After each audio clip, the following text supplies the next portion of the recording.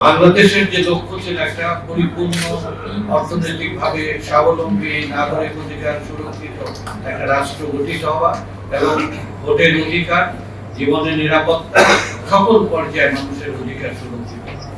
শহীদ জিয়া সেটা পরিপূর্ণভাবে তার সময়কালে পূরণ করার কারণে এবং মানুষের পরাজিত যে মূল্যবোধটাকে আবার জাগ্রত করার জন্য উনি সচেষ্ট থাকেন এবং দুনিয়াতে, দেশের মাটিতে এবং দুনিয়া জুড়ে উনি স্টেটম্যানশিপ হিসাবে খ্যাতি অর্জন করেন এবং সারা দুনিয়ায় শ্রদ্ধা অর্জন করেন।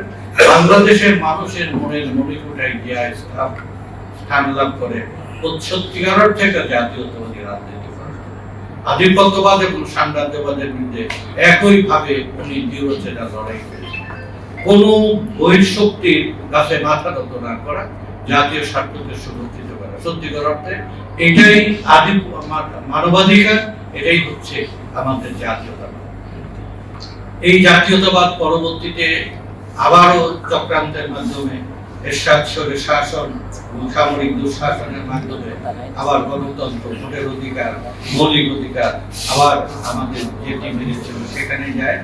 দেশনেত্রী বেগম খালেদা জিয়ার বাংলাদেশে সংসদীয় গণতন্ত্র।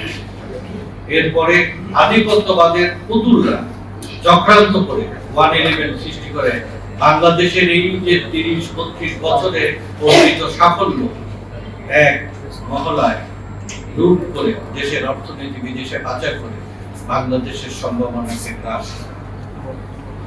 আমরা প্রতিটা মুহূর্তে আমাদের দেশের কর্মসংস্থানের জন্য, আমাদের দেশের জ্ঞান এবং মানের নিরাপত্তার জন্য আমরা বহিঃশক্তিকে, বহিঃপুঁজিবাদকে দেশের বিনিয়োগের জন্য আমরা বিশেষ সুযোগ সুবিধা দিচ্ছি। আর 111 সরকার এমন একটি দুঃশাসন শুরু করলেন যেটা বাংলাদেশে খুব ক্ষুদ্র ব্যবসায়ীরা পর্যন্ত তারা দেশের বাইরে তারা নিরাপত্তার জন্য অর্থ লব্ধি করে ঘর বাড়ি করা শুরু করলেন। একদিকে আমরা দেশের সমৃদ্ধির জন্য, বিদেশি বিনিয়োগের জন্য আমরা আহ্বান করতেছি ফ্যাসিলিটি দিয়ে, আর সরকার যে গঠন করেছে সেই বহিরাষ্ট্রের বিকল্প অনুযায়ী বাংলাদেশের সমস্ত পুঁজিবাদের বিকাশকে কন্ট্রোল করে দেয়।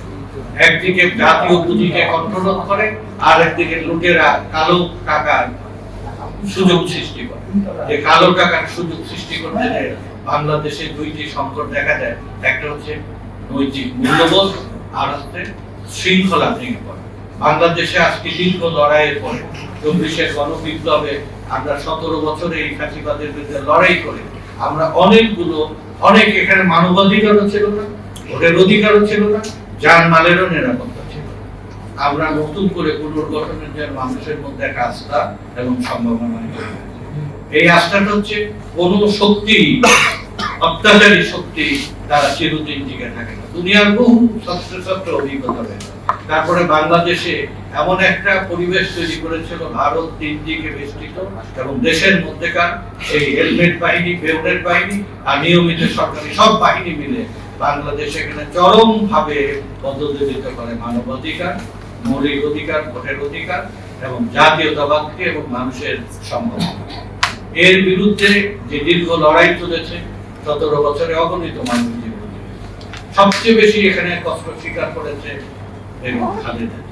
এবং তারই দৃঢ় মনোভাবের কারণে এই মাটি ছেড়ে না যাওয়ার জন্য সকল চাপ এবং সকল ধরনের সুবিধা দেওয়ার প্রস্তাব উপেক্ষা করে উনি ঘোষণা করেছিলেন যে আমার ঠিকানা বাইরে নেই, এদেশেই আমার ঠিকানা, যদি মরতে হয় এদেশেই।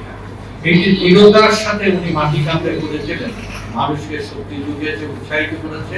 সেই লড়াইয়ে, সব লড়াইয়ের শেষে যখন ছাত্র এবং শ্রমিকেরা কোনো লড়াইয়ে অংশগ্রহণ করে সেটা তখন সফলতা লাভ করে।